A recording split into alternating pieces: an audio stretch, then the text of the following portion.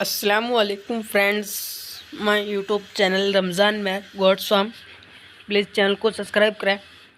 आज का हमारा वीडियो है वो राजस्थान जोधपुर में आसम भाई के कलेक्शन से माशाल्लाह टॉप क्वालिटी के बच्चे हैं। ये 4 सेल है, 7 बच्चों का लॉट है। ये फुल गुलाबी में है और 25 से 30 kg इसका वजन है। ऑल ओवर इंडिया ट्रांसपोर्टेशन करवा के देंगे आपको। 15,000 की पट्टी है और भी कुछ ऊपर नीचे कर लेंगे। तो जिस किसी बाइक को भी लेने में इंटरेस्ट हो तो स्क्रीन पे दिए हुए नंबर पर कॉल करें। ऑल ओवर इंडिया ट्रांसपोर्टेशन करवा के देंगे और प्ले पे भी रखते हैं।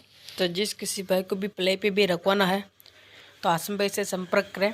1 महीने का जो चार्ज है वो 1500 रुपये है, जिसमें खुर कटिंग, हेयर कटिंग, वैक्सीन सब है। आपको कुछ एक्स्ट्रा देने की ज़रूरत नहीं है। आसम भाई का जो फार्म है वो राजस्थान जोधपुर में है।